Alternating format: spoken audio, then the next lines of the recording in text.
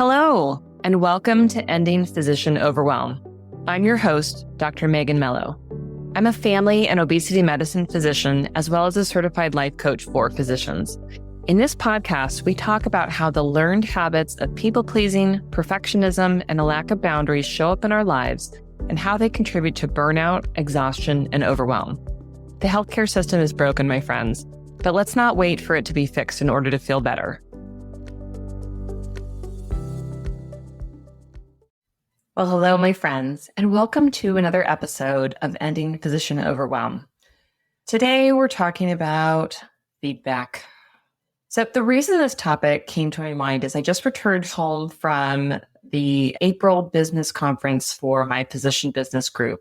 As many of you heard, I've mentioned several times that I'm a part of the Entree MD business school run by Dr. Una, who was a guest a few weeks ago.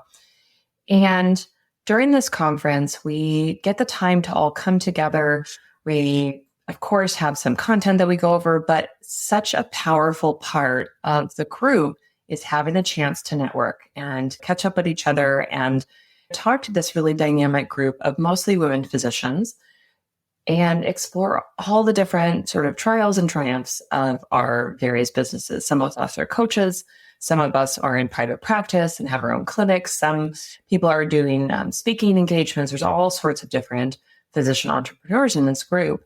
And it was really a wonderful time to come together, but it was actually a pretty difficult weekend for me. And the reason is that I got a lot of feedback from people.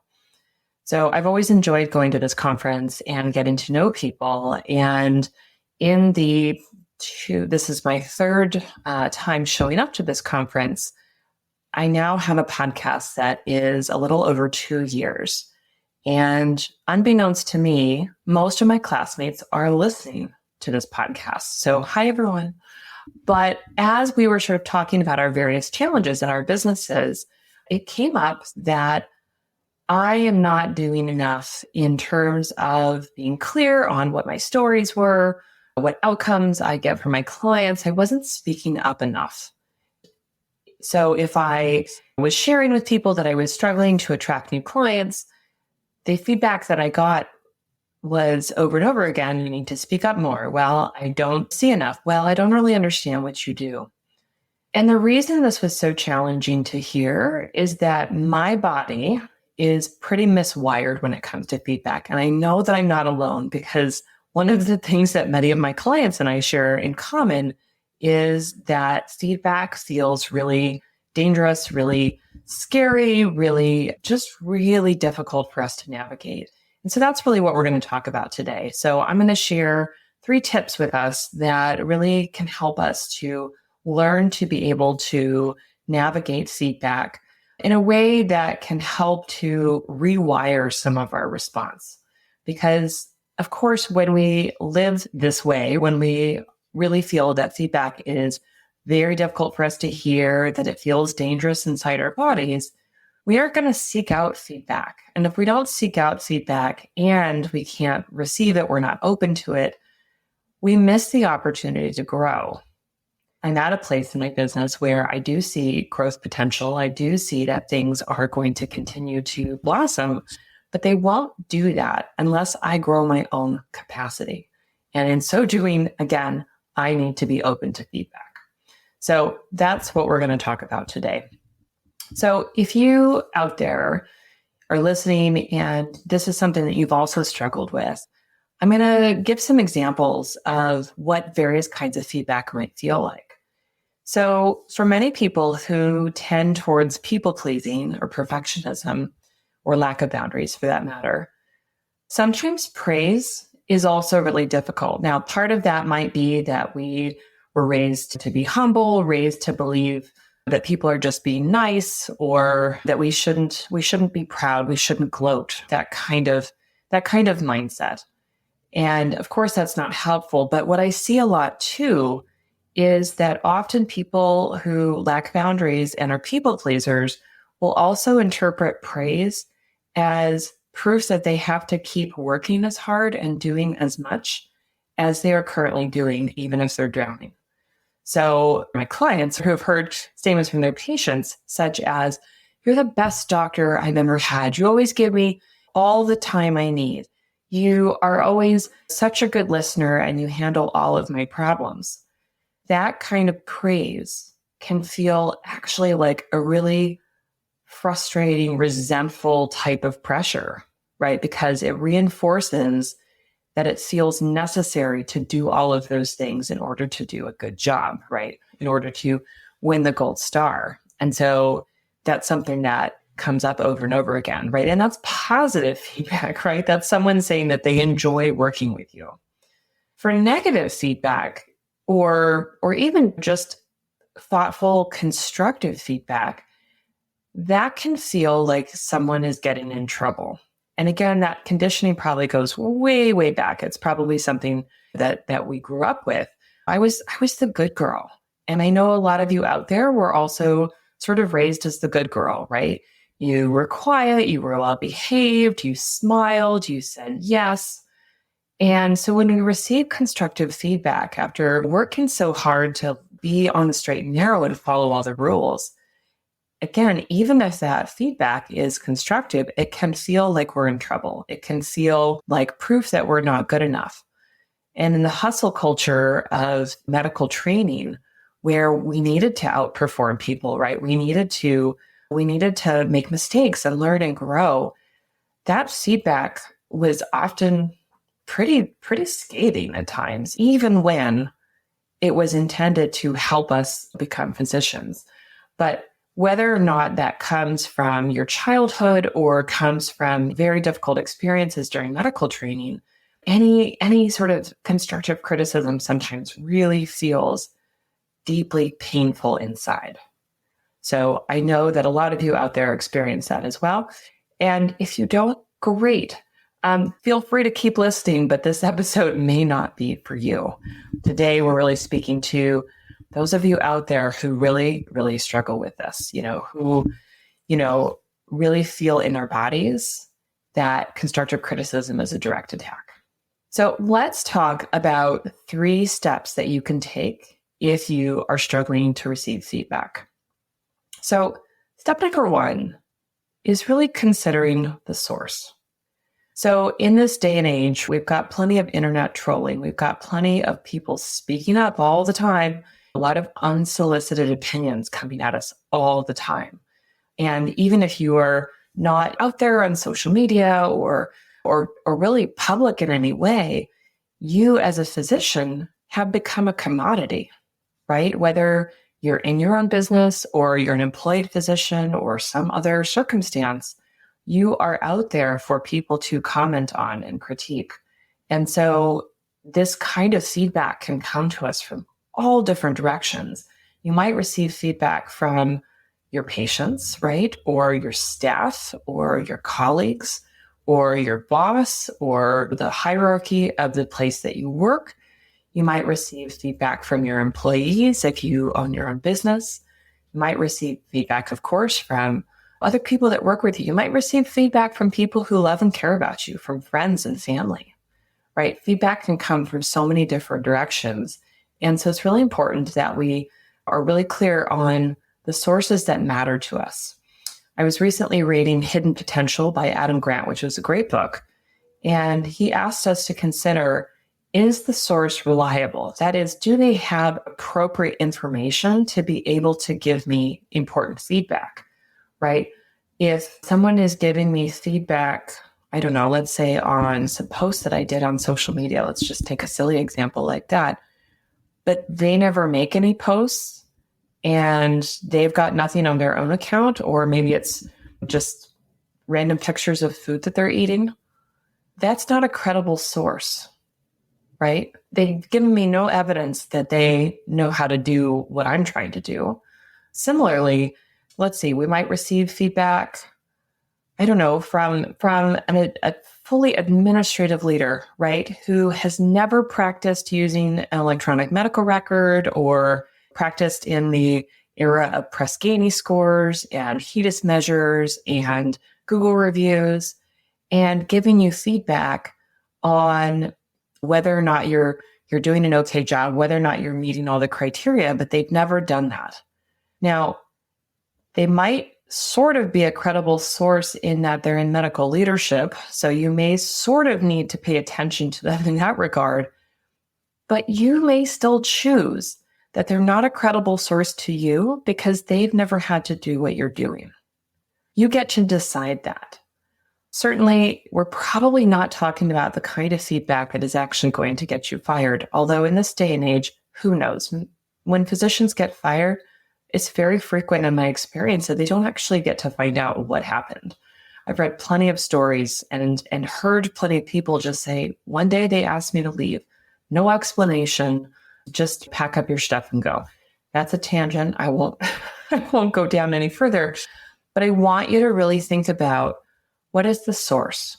Are they credible, right? Do they have my respect in terms of what they're offering me? The other really important part that he points out is this someone who cares about you in some way? Now, again, this could be friends or family, right? It could be patients. It could be someone that you work with. It could be internet trolls. You need to decide, is this someone who has your best interest in mind before you decide whether or not that feedback is important, right? If you've got a patient who was upset before they walked in the door in the morning, they didn't like that they had to wait a month to schedule an appointment. They didn't like that there wasn't parking or that it was raining or that they had to wait in the lobby for 15 minutes. They didn't like anything about it. And they write you a scathing review. And you knew it wasn't a good interaction. That is someone who does not care about you. And you do not have to let their feedback enter your body. You do not have to respond to their feedback. We can put that person in the group of people whose opinion doesn't matter. Whether or not they are credible, that's a different story, but they are not someone who cares about you. And they are just, I don't know, having a bad day. Let's let them off the hook. You have permission, and you can give yourself permission to ignore that. So this step is really important. When we think about what is the source of the feedback, is their information reliable? And do they care about you? Care about you as a person, care about you improving in some way? Let's consider those two things before we take that information seriously. Step number 2, we're going to come back to permission on this one. Is the feedback something that you want to improve on? You will receive some feedback on things that have happened, things that you've done, that it's really not important to you. And if it's not important to you, let's give ourselves permission that we don't really need to improve on it.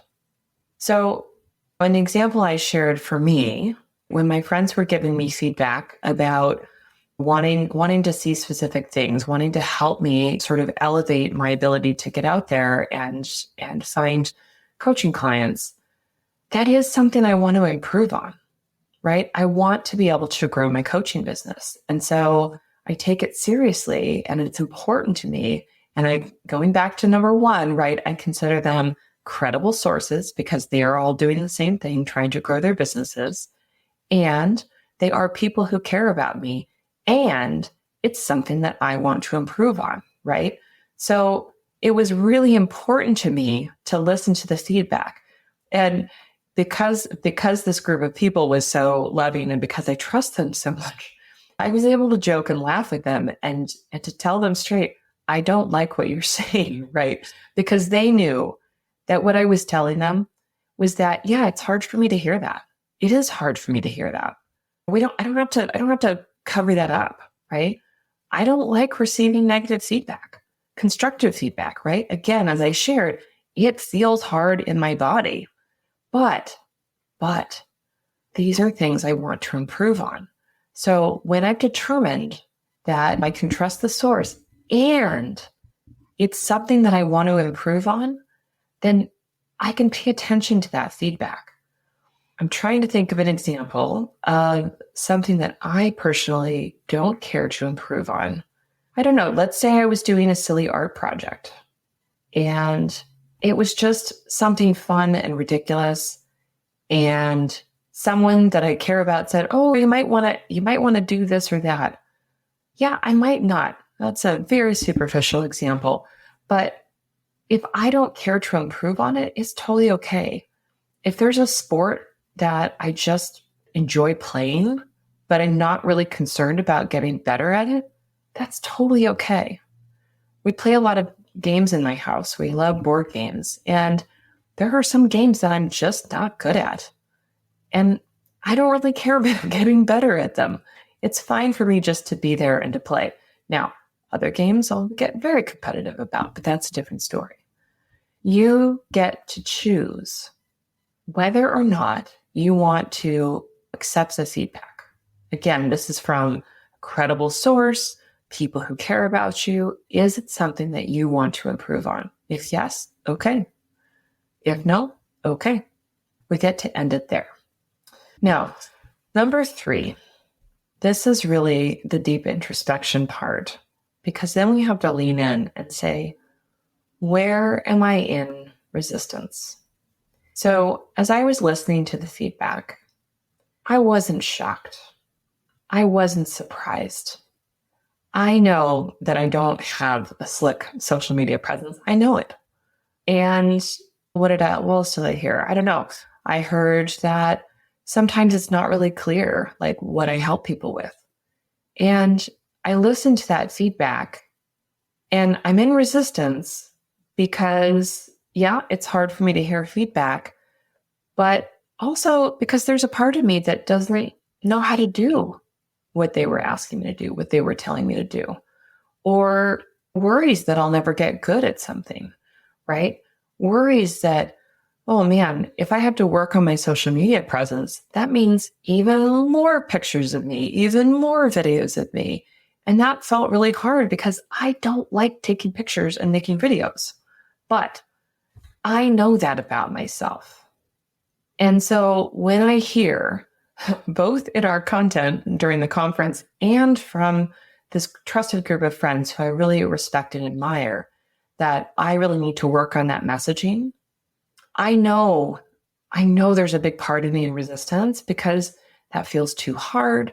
Again, I don't like taking pictures and videos of myself, despite my doing that right at this very moment, right? Because these podcast episodes get aired on YouTube. I can see where that resistance is. And I know that that's part of the difficulty that I experience when it comes to feedback, right? When we get feedback and it's from a trusted, credible source, and it's something that we want to improve on, leaning in and figuring out where are we in resistance? Like what's coming up, right? For me, it just triggers a lot of feelings, right? I've never liked having pictures taken of me. It takes me back to childhood. I didn't like how I looked. I had a lot of hangups, right? Lots of struggles with kind of body image and self-worth and growing up in the diet cultures of the 80s and 90s, right? All of that is just part of me. So when I hear putting myself out there more, I'm just like, yuck. I don't like that. But again, I needed that feedback. And again, it wasn't shocking to me because I know that. I know that about myself. And I know that it's something that I want to work on because I am growing a business. And I know the impact that my business has on people. I know the power of coaching and the transformative properties of it. So obviously, I want to do more of that because I love it and I'm good at it. But it's going to take me overcoming that resistance, right? Receiving that feedback and taking different actions, right? That's a whole big ball of discomfort, right? Coming right at me. Okay.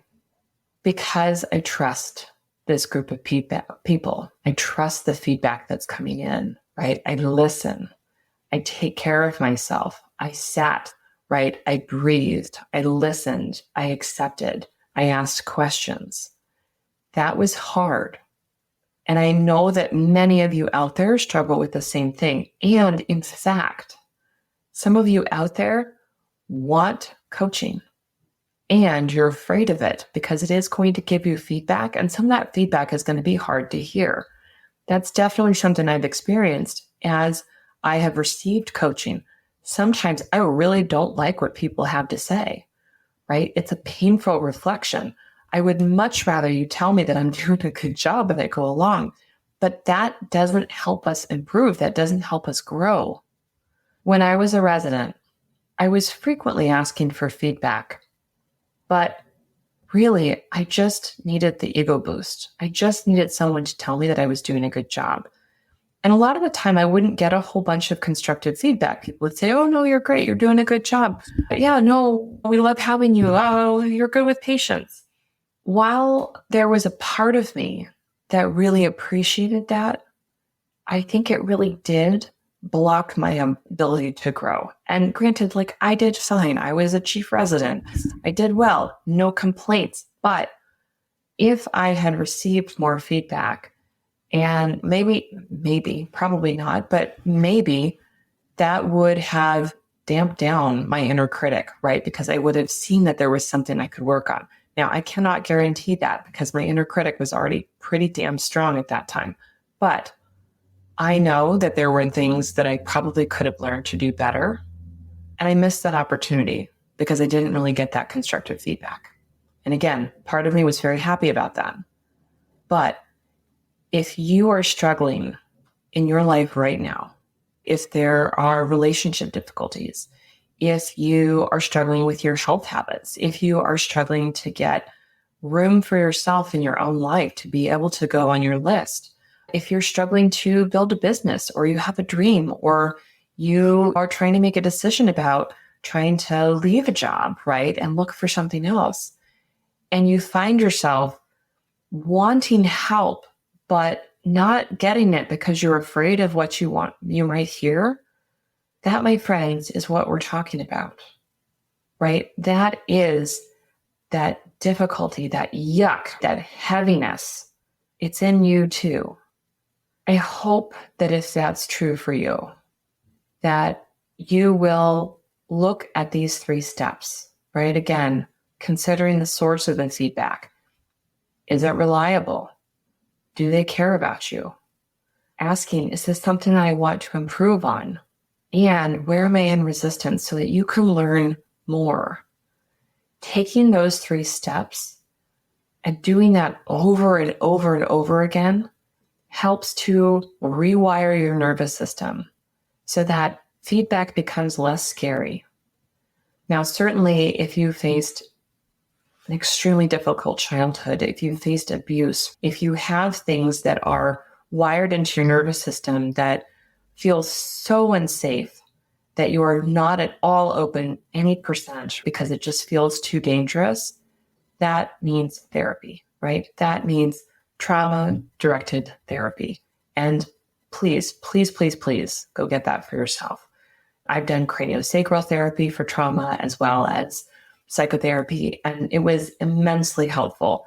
We've got other treatment modalities like EMDR and brain spotting and all sorts of things that can help to safely rewire your nervous system. That's just what I'll call it, right? So that you don't get triggered into deep trauma by these circumstances. So that is certainly a different thing. But for most of us, it may not be to that extent. It may just be that we just cringe and we ball up, right? I encourage you to lean into the discomfort, right? And learn to begin to tolerate the feedback so that you can grow in the ways that you want to grow, that you can get the things that you want to get, but be learning and checking and adjusting and failing all along the way, because that is what growth requires. I'm sure you had moments of failure during your medical training. I'm sure that you fell down when you were trying to walk, right? We've all had those learning and growing mistakes. And when you're trying to make changes in your life, we have to be willing to make learning and growing mistakes. And that's going to require feedback. My friends, I'm going to end this here today. I hope this was helpful. Again, those 3 steps. Consider the source of the feedback. Are they reliable? Do they have credible information? Have they done what you are trying to do, or are they doing it too? And do they care about you? They're not just some random internet troll or some pissed off patient who is never going to see you again. 2, is this something that you want to improve on? Is this something that's important to you to make better? And 3, where are you in resistance and what can you learn there? When you go through these 3 steps, and again, you do them over and over again, you're open to feedback, right? When it's coming from the right place, when you need to receive it, it will open up such new opportunities in your life. If we want to do something big, we need to be open to feedback. So let's start taking the yuck out of it, right? Let's start leaning in and deciding, yep, I'm gonna be open to growth and learning here. Have a wonderful, wonderful week. And until next time, take care.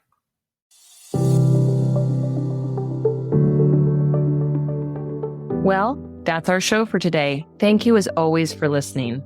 To learn more about my coaching programs, head to www.healthierforgood.com. And if you love this podcast, please drop us a review on iTunes or support the show by clicking the link in the show notes. Until next time, take care.